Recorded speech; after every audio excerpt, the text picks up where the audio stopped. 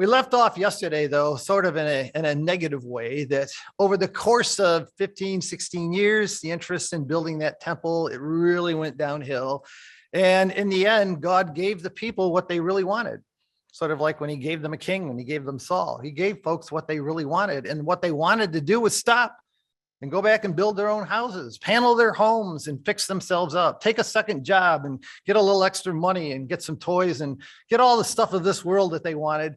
And that's what was happening over the course of time. And slowly the interest just like waned away to where people didn't really want to work. And so the angels, which, by the way, maybe if it's everyone in the universe in that basketball team, see, maybe the angels would be involved as well. See, on the other, yeah. So, so those angels that were orchestrating the political events at that time, they just totally turned it all around instantly. And they had some fella show up who was an imposter, and he eliminated the king, in this case, who was Cambyses. That would be Cyrus's son. He takes over the kingdom. And he's scared stiff about everything and worried about losing control of the kingdom. And what happens is that immediately when he gets this letter, he sends the army and stops the work. Now, we also know that politically in history, what happened at that time in the Persian Empire is a lot of the nations on the outskirts of the Persian Empire rebelled. They started realizing, wow, this guy's not in control. And they got some time, and that's what was happening. So you're going to see in Zechariah's prophecy, when Zechariah stirs up the people, the very first thing he sees is a vision of the angels coming back on horses, and they ride in and report to another angel and say, hey, we did our job. We brought the kingdom back under control. You know, how long are you going to wait until you prosper Jerusalem and get this work going again? These were angels that felt that way. And this is what Zechariah brings back to the people. So that's where we're at right now in terms of exactly in the history, if you want to look at where we're at on the little time chart right there. So this fella, the pseudo imposter guy that came in, he comes at the end of Cambyses, kills him, takes over only for a few months it lasted. And then what God does is he totally changes the political climate. He has this fella killed. And the Persian leaders got together and decided Darius Hystaspes should be the king, and he now takes over the kingdom. And that's how quickly God can totally change the events politically. And you've seen some of that in our lifetimes, that we've watched things just politically just switch. Look how fast the pandemic came through the world. What, 1 year? Only took a few months. Starts out one area of the world, and it was just scattered over the whole world in just a few months, and it affects everybody. This is what the angels can do. So the period we're going to be looking at today is from when the temple work stopped right in here until it got back going again here in the second year of Darius, right there. And then it was finally finished in the 6th year of Darius. So it's like a 4 or 5 year window in there of where all these events are actually happening right now in terms of today's study. So chapter 5 of Ezra. The prophet Haggai and Zechariah, the son of Iddo, prophets prophesied to the Jews who were in Jerusalem and Judah in the name of the God of Israel. So you keep hearing this, the God of Israel, because it's a warning and an indicator to us that there were Gentiles who were getting involved in the community. Who was over them? So Zerubbabel, the son of Shealtiel, and Joshua, the son of Jozadak, they rose up and began to build the house of God, which is in Jerusalem, and the prophets of God were with them, helping them. So some of the brethren and sisters realized that when the political climate changed and this pseudo imposter was removed and a new king is put in, they went around and encouraged each other and said, this is it. This is the time. God's giving us a window of opportunity to get working on this temple again. And some of them got started, but they couldn't convince very many to jump on board.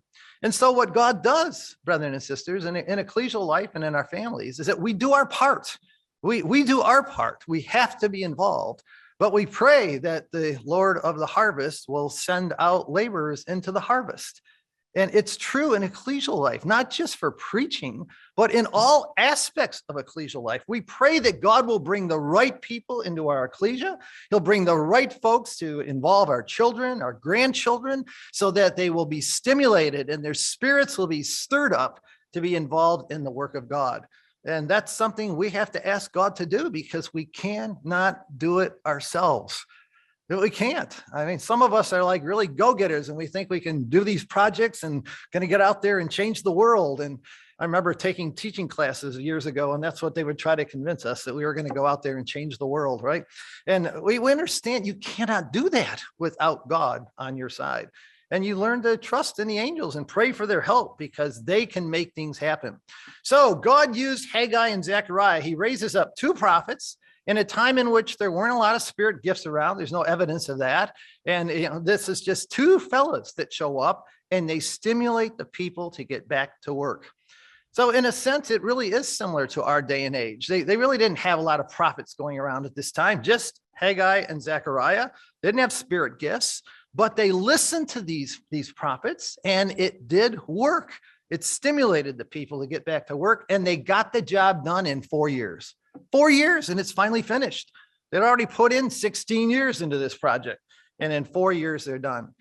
But what they had to see is the angels working behind the scenes. God was in there. He was doing it. He was doing his part and he promised that he would fulfill his side of it. And he did. He took care of it. And in only 4 more years, it was done. And it's one of those things that all of us have to get on board with, that you see with the eye of faith, that we're not the only ones on these projects, that we've got God on our side. Jesus Christ is involved. He's sending his angels out to help us in the job of raising our children, of preaching the truth, of working in our ecclesias. It's all God's family. It's his. He cares about it. And he's the one who will help get the work done and stimulate the people to come and do it. So the coordinated efforts of Haggai and Zechariah really did affect the people at this time, and they got back to work. So the two prophets, it's interesting how you start looking at, well, why two? What was God doing right here? If you've ever studied Zechariah and Haggai, you see this, there's a whole different sense between these two prophets. They have a whole different approach. A lot of people think that Haggai was probably an older fella, and he comes in and he exhorts and he reprimands the group and he says, look, guys, consider, the last few years while you just like gave up on God's project and you went back and worked on your own homes and you got your fields going and you thought you're going to make a lot of money and do all this stuff. Did you notice how God put holes in your pockets and it all fell through? Did you notice that inflation went up and all that money you were making just wasn't worth it anymore? Taking on all these extra jobs so you could have all these toys. And it's like, didn't you notice? Consider how you fared. It really didn't work the way you thought it was going to. You've got to get back to working in God's family. Get back to working on the projects that God cares about. And that's what Haggai does. He says, you've made some bad choices, but it's not too late. Just go home and turn it around and get back involved. And Zechariah, who a lot of folks figure was a younger fella, he comes in and he sees in one night, he sees these night visions of how the angels care more about this project than you do. So forget about the day of small things. This isn't a day of small things to them. Oh no, because they care about the process. They know that this is what's going to grow the family of God. They're out there working with all these people in their lives, and they're hoping to develop them into children of God. And this project can do it. This can help. And the long-term benefit of having the temple finished and a place of worship for the community, they saw what was coming, and they realized this is important. We've got to get this done. And that's what Zechariah sees. I don't know whether you've ever noticed, but if you ever want to study the angels, start with Zechariah. There is more about angels in Zechariah's prophecies in the beginning of Zechariah than you're going to find in any other book. The interaction between the angels, the divine council, as it's called in the Psalms, of how they operated, how one angel works with other angels, sends them out, they come back and they report, and the other angel looks up to God and says, how long are you going to wait? We did our job. When can we get this done? And that's what happens in Zechariah. So over the 15 years or so that they've been working on the temple, what you find out from Haggai 1 is that some of the people came along and they said, I'm sure it was probably some of those who were discouraged by this temple in the first place when they looked at it and said the foundation it's not as big as it was before and not as glorious. And so they claim, well, it's not the right time. You're going to see that in Haggai 1 at verse 2, because their argument was it's not the end of the 70 years. According to our understanding of Bible prophecy, it's not the right time. That's what happened. So they went home and worked on their own houses. And isn't that what builders do? You've been working on the temple. You've been doing all this work. You learned a few things about how to fix stuff and build things. And so you go home and you apply to your house and let's put a new addition on the house. Let's remodel the kitchen. Let's do something. We'll fix the bathroom. And they went home and they paneled their own homes. And they tried to improve their own economic situation, probably did extra work, took another job, and they thought they were going to get ahead. And that's what happens to all of us. We go home from this Bible school thinking that we just want to get more stuff of this world. That's what we will do. We'll fix up our homes. We'll get other jobs so we can do that. And we'll advance ourselves in the corporate world to where we can get all the stuff of this world that we want. And Solomon says, I tried that, folks. Do you believe me? I tried it. I did a better job than any of you could ever do of that, because I had the money, the resources, the power, the wealth, the whole works. I tried it all. And if you believe me, you're just striving after wind. And some of us believe it and some of us don't. And we have to go through and experience that all over again. But he's left a record for us if we believe him. So that's what you'll see in Haggai chapter 1. If you read through this, we're in the second year of King Darius. This is the same Darius that we're talking about, Darius Hystaspes, in the 6th month, on the 1st day of the month, the word of the Lord comes to him. All right. And in verse 2, thus says the Lord of hosts, this people says that time has not come, the time that the Lord's house should be built. Can't you see how that happened when the Persian army came in and made them stop by force? That those who didn't want to build, they used that and said, well, see, there it is. There's the evidence. We should have quit. We shouldn't have been doing this all along. See, we made a bunch of mistakes. And he comes in and says, no, you're saying that, but that's not right. And in verse 4, is it a time for yourselves to dwell in your paneled houses and this temple to lie in ruins? So now, thus says the Lord, consider your ways, or as the RSV has and some of the other versions, consider how you have fared. Just think about it. Examine your lives. Is this really working? Do you really think this is going to bring you happiness and you think this is going to advance you? You've sown much and bring in little because God blew it away. You eat, but do not have enough. You drink, but you are not filled with drink. You clothe yourselves, but no one is warm. And he who earns wages to put into a bag with holes, because they were using this excuse that the time was wrong. And so they tried to improve their own lives. And that's what's going on at this time. So when you look back as to how this ever happened, remember those two prophecies in Jeremiah that we looked at about the 70 years, Jeremiah 25 and Jeremiah 29. Jeremiah 25 was in the early days of Jehoiakim's reign. This is when Daniel got taken captive. And God said after 70 years, he'll punish Babylon after 70 years. And in Jeremiah 29, just 4 chapters later, in the early years of Zedekiah, this would be when Ezekiel was taken captive, God said, well, after 70 years, he'll bring the Jews back and give them a future with peace and with hope. And so when you look at this 70-year captivity, what was happening is that if you started the 70-year captivity back when Daniel was taken captive, then people realized by the first year of Cyrus, the 70 years were up. They were over.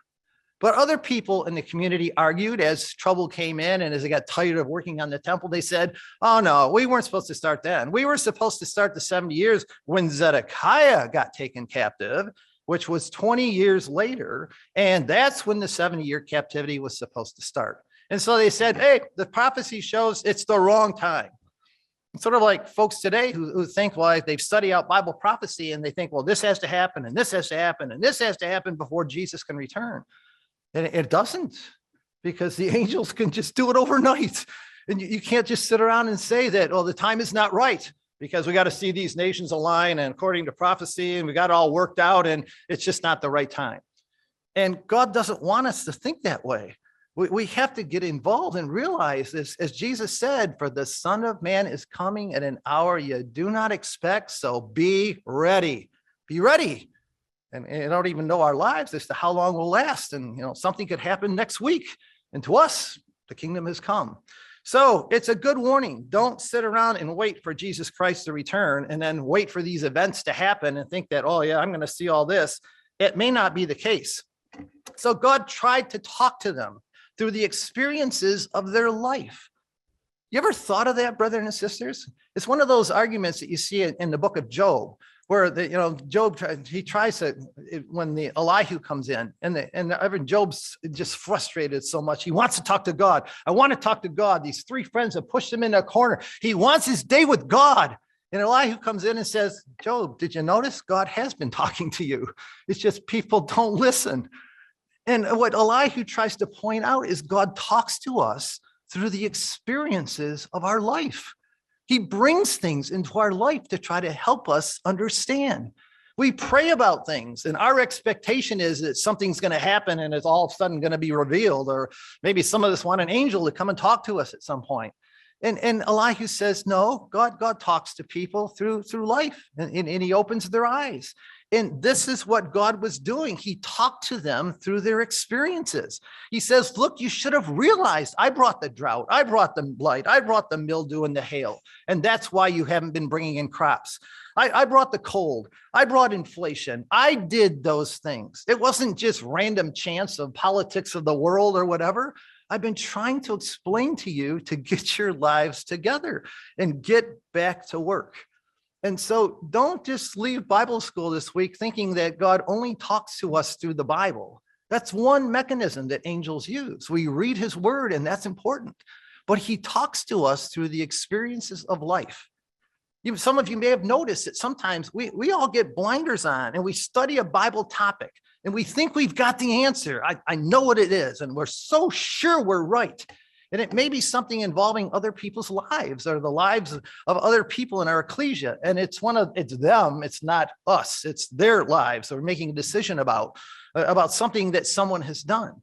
And we study these topics and we think we're so sure we've got it right. And so what the angels do is they bring that issue into your family, and they try to help us understand what it's like to be on the other side, so that they can broaden our perspective to understand and be more merciful and gracious to people that are going through those troubles. That's their job. That's what angels do, because most of us learn more by personal experience than we do by studying a topic. It's unfortunate, but that's the human spirit. I remember on my street when COVID first hit a year ago, went up and down the street, all our neighbors I talked to, they were all like, oh, this is a conspiracy, and this is like, all this stuff is fake news, and it's just like the flu. And we get all this talk like this, talking to our neighbors, and it's like, well, aren't you really reading the news? I guess they had selective websites that they read. And then one by one, Sue and I noticed that, wow, they're wearing a mask. They've changed. What happened? Well, my brother just died of COVID. He went through 3 months on a respirator and died.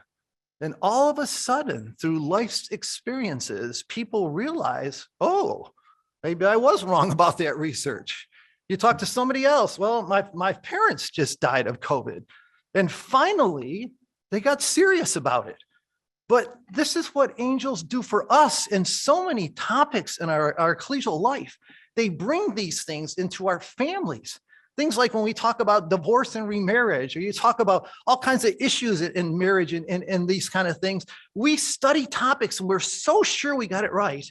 And then all of a sudden, God brings it into our families and realize, oh, I never saw that before. Didn't think of that. Maybe there are some reasons for that. And it's an eye opener where God's trying to help us through life's experiences. So we do have to consider how we fare. We do have to look back and realize that. And as Haggai lays out his case right there, he says, consider what's been going on, realize God's trying to teach you something. And the solution in chapter 1 at verse 9 is to get back to work in God's family. Get back into the ecclesia, get back involved. That's what God's trying to get us to see. And he helps us understand that. I remember at one point, my dad, when we were living in Detroit for years ago, and my dad got a little frustrated with some things going on in ecclesial life, and he moved my whole family to Florida. And we stayed down there for 3.5 years in St. Petersburg. That was way back in those days when the St. Pete Ecclesia had like one older sister who could hardly move and her son and our family. That was it in the St. Pete Ecclesia at that time. And we stayed down there for 3.5 years. And then finally, my dad realized as we were growing up, none of us took an interest in the truth. It was great down there. We could play sports every day. We had all kinds of activities we were involved in, got involved in school stuff. And he finally realized, wow, these kids need a CYC. And he moved us back to Detroit because he realized through life's experiences that it wasn't working. And every so often we have to do that with our own lives. We have to evaluate, how is it going? Consider how you fared and make decisions for the future of your family, so you can leave them an inheritance. So that's what happens in the experiences of Haggai. That's what he attempts to bring into this, that God does talk to us through life's experiences. He uses economics, jobs, health, family troubles, accidents, and friends, and all these different things to cause us to meditate on how is it really going? What's really happening? Are we just experiencing Ecclesiastes all over again and we're striving after the wind? Is that really what we're doing? So God talks to us, but the question is, are we listening? So the angels did what seemed to be impossible to many people at that time. They just overthrew the political kingdom. They bring in a new king at that point, and God opens up a door to get back to work on the temple by bringing in Darius Hystaspes to the throne. And some of the Jews realized that this was their time. This is an opportunity. It's like some people in ecclesial life are looking for windows of what can we do? What can we try now? Some of us has learned through COVID that, using Zoom all this time, we're finding out now that we can actually use Zoom and technology to do a lot of things that we never thought about before. They see the window opening to have seminars online and all kinds of things that we'd never been done before, or help ecclesias that are in isolation. We have one ecclesia in California back home, the Santa Barbara ecclesia, with a lot of older members. I think they're all mainly over 80, and one brother who's there to run the meeting every week. And so he's realized by zooming into our meeting that he can actually now not have to do something every week, and he can provide an opportunity for his ecclesia. So they set up a big screen in the front. They all come to meetings still, and they watch meetings from other ecclesias. That's what they'll do. These are things that we never thought about before. But God has opened windows for us to use our technology in better ways than we ever imagined. And maybe that was part of the reason why this whole virus hit. It's possible. So in Zechariah's 7 night visions, if you've ever looked at them before, I'll tell you one thing to do in our community is be careful when you're reading our Christadelphian expositors, because what a lot of our expositors do with Zechariah's 7 night visions is they look at one of them and they say, well, this clearly has an historical bit part of it, because they can tell that they're talking about building of the temple. And then there's this next vision about the carpenters, and that doesn't seem to fit at all. So that must be in the future. That's a future one. And then there's this next one. Well, that goes back to the historical. And then there's another one that goes to the future, and they go back and forth between these visions. This one's past, this one's future. And I remember looking at that for years ago and thinking there's something wrong with that. And there's a great series of articles in the Testimony magazine back in the 70s or something that Edward Whitaker wrote, looking at the historical basis for Zechariah's prophecies. And he went through all 7 of them and showed how they all had a historical basis back then at this time, when they were trying to get the people motivated to build the temple. And it's good to understand the historical application, because that gives you a basis for understanding what the real future application really means. So I would encourage you to go back and search those things. You can probably find them somewhere online these days.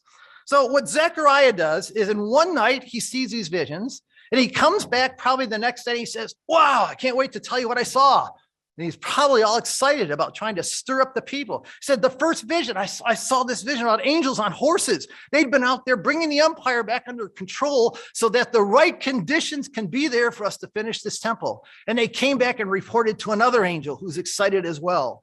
And then in chapter 1 at verse 12, these angels, especially the one who's in charge, he finally asked God, he says, how long are you going to wait to have mercy on Jerusalem? And he's giving this response to the people and explaining that we can't see them, but the angels are excited about this project. They want to see it finished. Or in chapter 2, how if you read that section in chapter 2, how the guy goes out to measure Jerusalem, and some of our expositors said they were measuring it for destruction. And I think they've got it totally wrong. I remember talking to Brother John Martin one day, and he says, no way, that's not destruction. The whole point of chapter 2 is that God will be a wall of fire. And he says, you don't need to go out with your measuring rod and measure the city. Forget about the walls. because that's what was happening. Some people said, well, forget the temple. We should be building the walls and have protection because all these nations around us, they want to get us. And God gives them a message and says, forget about the walls. I'll be a wall of fire to you. I will protect you and save you, and so on. And then there's that message in chapter 2 to those that were still up in Babylon, get out of Babylon, get out of there and come back down. And those that didn't come back down, they experienced this situation with Haman later on. Or in chapter 3, when Joshua stands before the angel, before the Lord, and the angel rebukes Satan. And then the angel says, Joshua, we're going to change your clothes. You've been working on this temple. Your clothes are dirty. You're all worn out because you're trying to get this work done. I promise you, we'll change your clothes. You're going to put on your high priestly garments and you will operate as high priest again. You, Joshua, not somewhere in the future, but you will be the one. And then in chapter 4, he says, look at Zechariah. Zechariah comes in, he says, all right, that's Joshua in chapter 3. He comes back and says to Zerubbabel, he says, I promise you, Zerubbabel, that you will see the capstone go up to the temple. You're going to see it finished and you will be alive. So Joshua and Zerubbabel are going to both be there when this is finished. And by the way, the stone in chapter 4, when you ever study Zechariah, don't get lost on this idea of the 7 eyes on the stone. A lot of people think the 7 eyes were on the stone, but what the 7 eyes are doing is they are looking at the stone, the 7 eyes of the angel of God, and they're watching the capstone over on the side, the last stone that's going to go in, and they just can't wait for the day when the capstone goes up and the whole temple is finished with shouts of grace, grace, grace to it. Because it was all by the grace of God. And that's what they're waiting to see. And the message of chapter 4 is, you guys may despise the day of small things, but do you realize the angels are excited? Their eyes, they're on that capstone and they can't wait. They rejoice to see the plumb line in the hand of Zerubbabel. And we don't think of that sometimes, brothers and sisters.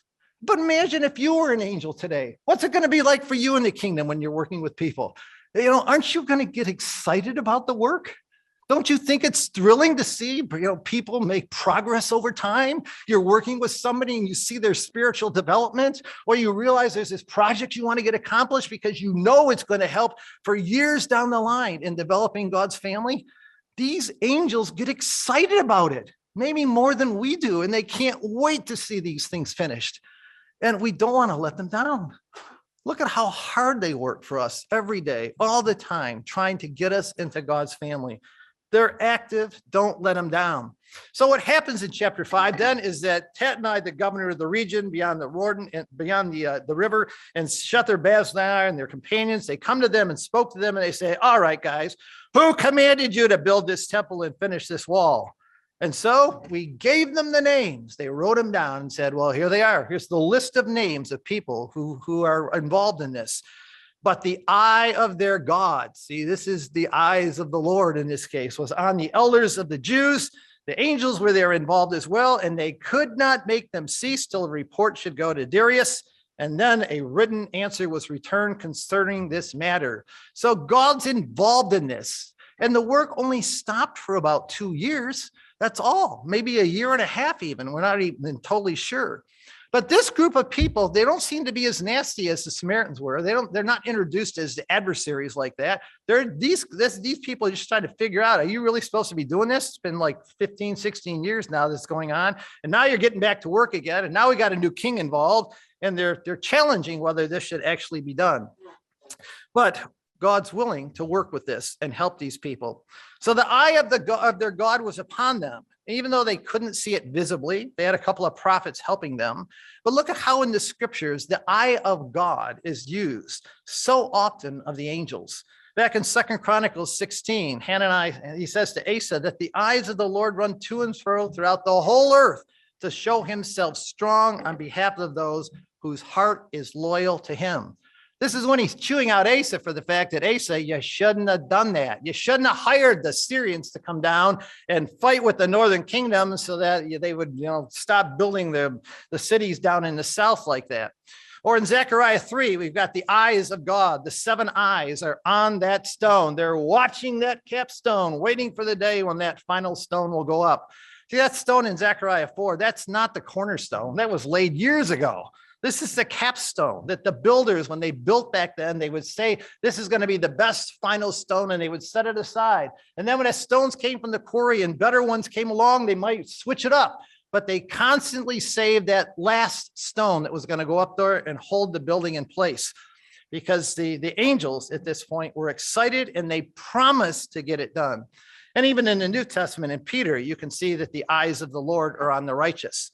So they get an answer, all right? The answer, this letter goes up to the king, and look at how Darius responds.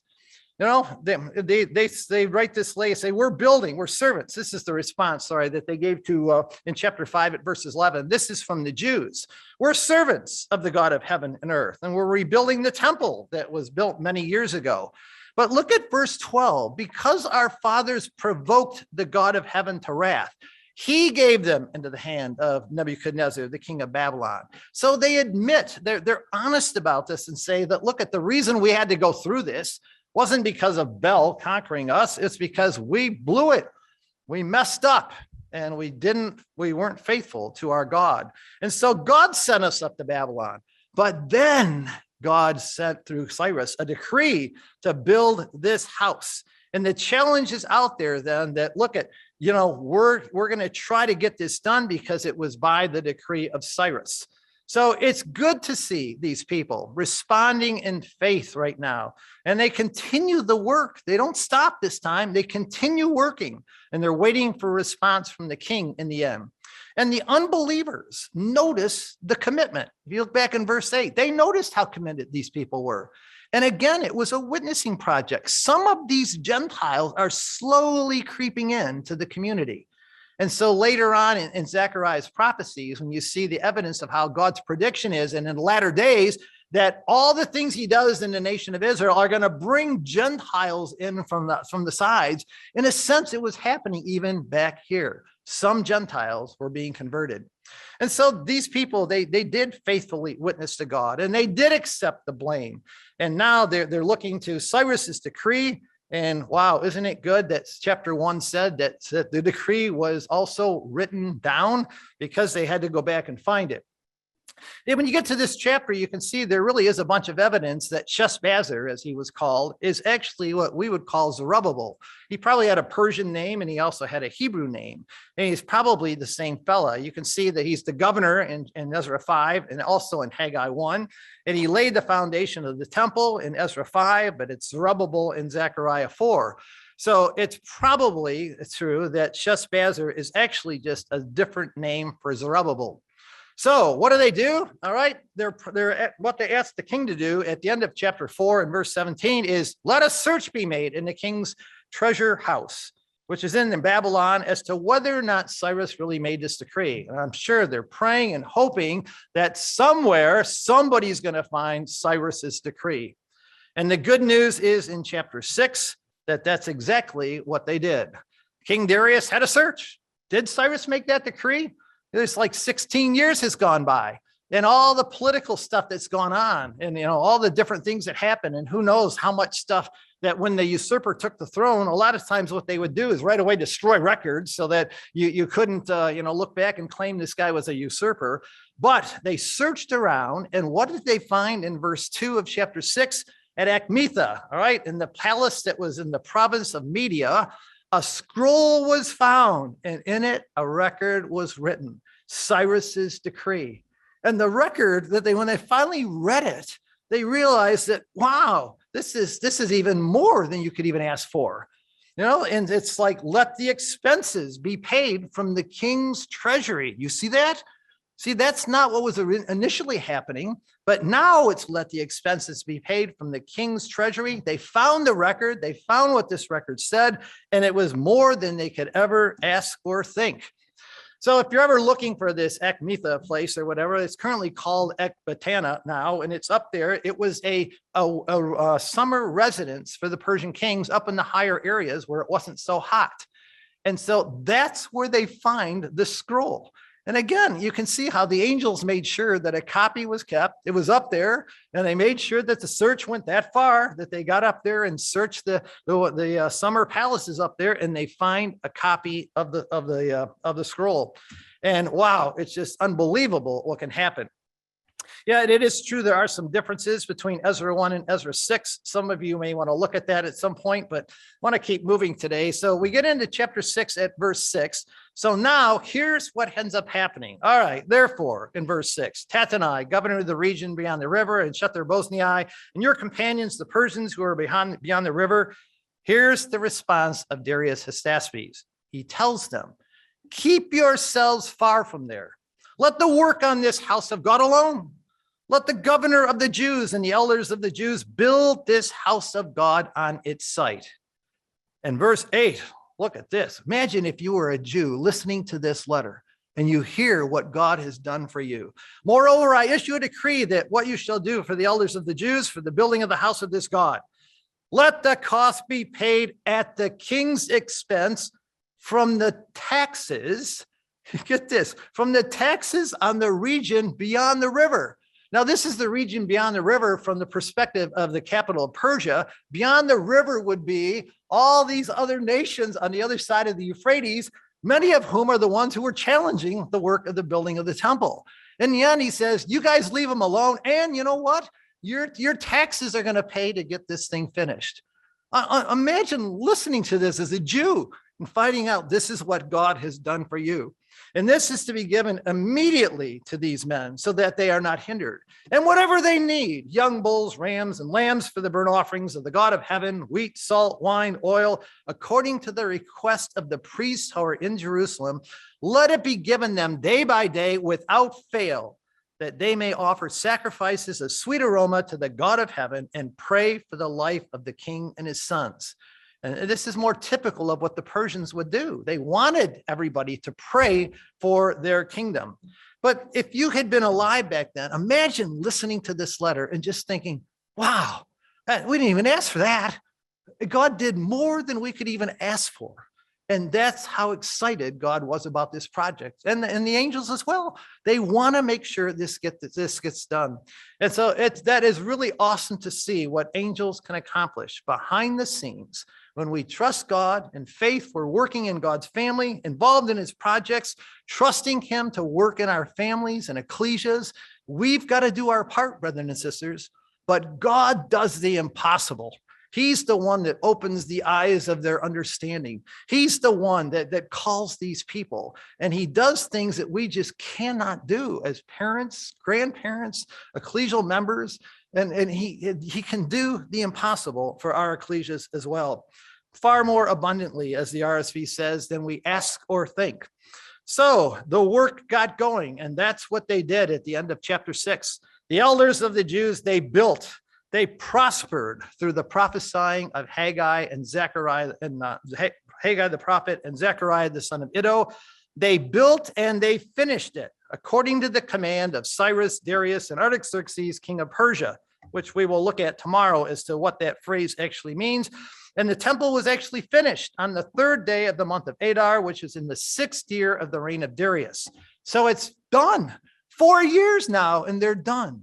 That's all it took at this point because of what God had done for them. I imagine back then when they got started, they probably thought they were in for another 15, 16 years. But now with all this help and the taxes from the king's treasury and whatever they needed, it got done fast. And they celebrated in verse 16, the dedication of the house of God with joy. And they offered sacrifices at the dedication of the house of God. You don't hear any more about, some people being excited and other people crying. It's like they're finally excited about this project when they realize that God was in it. It was God's project. And that's the way they should have looked at it all along. And again, you've got, they're trying to follow the directions in verse 18 of the directions that were in the law of the book of Moses. So they went back there and they tried to keep what Moses had written for the priests. So the temple does get finished, right? The king asked that they'll pray for him and his sons, but that was pretty typical of what Persians did. In the 12th month of Adar right now, they're ready for the first month of the new year for Passover and the Feast of Unleavened Bread. And in the end, the whole time for the building of the temple was really about 20 years in the end. This is that 20-year period between the first, the captivity and the final captivity. The 20 years the people argued about where the time was not right. And they celebrated with joy. And they had to have in the back of their mind thinking that Zechariah had warned us that don't despise the day of small things. So it isn't as good as the other one was. It's not as fantastic or whatever. It's not the building that God cares about. It's what can happen in the building. It's the development of his people that he cares about, not the actual building.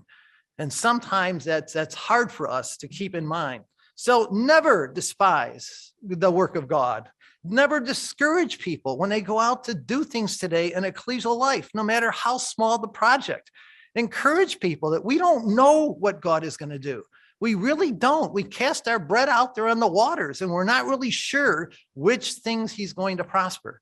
And the more people that are doing it, the better. That's really good. So when it happens in ecclesial life or in your families, when there is success, when you're raising your children and you finally find out one day, wow, they got it. They really care. They want to get baptized. They want to be involved in the ecclesia. They want to give their lives over to Jesus Christ. Don't forget, all the success is of God. Sure, we do our part as parents. We do what we're supposed to do. We do the Bible readings. We get them out to CYC. We teach in Sunday school. We do all those things. But there are a lot of other people, brothers and sisters, who do those things and their children don't love the truth. We got to remember that because it's God's family. It's God's election, not ours. And when there is success and when God blesses our efforts of witnessing, raising children, whatever it is in ecclesial life, don't ever forget it's not because of what I did. It's because of what God does. It's his election. He opens the eyes of our understanding. See, we could teach the truth to our children until we're blue in the face, and they may never get it. They may never get it. Some of you may not remember, but when they revised our BASF years ago, and they put in clause 24, you remember what the brethren put in back there? Who are the responsible? Think about it. Do you remember what that phrase says? It's right in our statement of faith. Who are the responsible? Those who know the revealed will of God, right? Got to know. And what's after the and? See, and God has called them, called upon to submit to it. That's why in John's gospel, you'll keep hearing Jesus constantly say, you didn't do it. You didn't find me. I found you. And it's all over John's gospel so that we don't miss the point. It's not about our efforts. It's not about how hard we run. Paul covers this in Romans 9. It's not about what we want. It's God's family, and it's all about God's mercy. And we've got to come to understand that as a group. And we need to as parents, as grandparents, as ecclesial leaders, as people who out and witness. We don't have to beat up people with the truth and argue with them until we've like destroyed them because we proved all our first principles. We go home and pray that God will open the eyes of their understanding, as Paul says in Ephesians. That's what we really want, that God will do the impossible. And when it happens, as Paul says in 1 Corinthians 15, thanks be to God who gives us the victory through our Lord Jesus Christ. So therefore, be steadfast, immovable, always abounding in the work of the Lord, knowing that in the Lord, our labor is not in vain. It's not in vain because God will prosper those things that he wants to prosper. And that's what you find out at the end of this chapter. They come back, all right? They keep the Passover on the 14th day of the month in Ezra chapter 6. In verse 20, the priests and the Levites had purified themselves. All of them were ritually clean, so they're following all the rules. They're doing the best that they can. It's not like Hezekiah's later on. They made their plans. They got it all done. But look at verse 21. Then the children of Israel, who had returned from the captivity, ate together with all who had separated themselves from the filth of the nations of the land in order to seek Yahweh, the God of Israel. See, isn't that interesting that this whole project was a witnessing effort? The whole thing was. And as people explain to the nations around that, look what our God's done for us. Look what he's done. Look what, it was impossible. You thought it would never get finished. Look what he did for us. Then some of the Gentiles around them turned to the God of Israel. And that's why you'll see that happening. Now, it's a bit of a risk bringing in all those Gentiles because some of that was what causes the problem at the end of Ezra. But it's God's family. He's the one who's in control of it. He's the one that will take care of it. And we have to be willing to open those doors and bring in those other people and try to teach them the truth and help them understand and pray that God will open the eyes of their understanding. So they did all the things they were supposed to. They organized the temple service, right? They got the offerings going. The priests and the Levites were organized the way they were supposed to be. And they did all of that kind of stuff. And now the people are ready to go. They've got this temple built. And I can just imagine as the word finally made it up to Babylon, up to the Persian Empire, and Ezra is probably checking out all along, how's it going? How's it going? And he finally hears it's finished. And I think you're going to see tomorrow that that's what Ezra does. Immediately, he says, okay, let's go.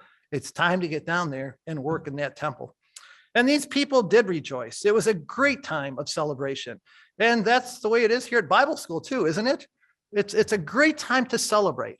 But don't forget, it's God's work. We do our part, brethren and sisters, but it really is all about God's work and God's family. And so Paul would say to the Philippians that I'm sure that he who began a good work in you will bring it to completion at the day of Jesus Christ. I'm sure he'll do it. God will do his part. In the end, if there's failure, it's going to be on us. It won't be on God. It will be us because he wants us in his kingdom. He wants us in his family. He wants us to be ready for the return of Christ. And he sent out his angels to do everything they can to convince us to make those good decisions to be ready for that day.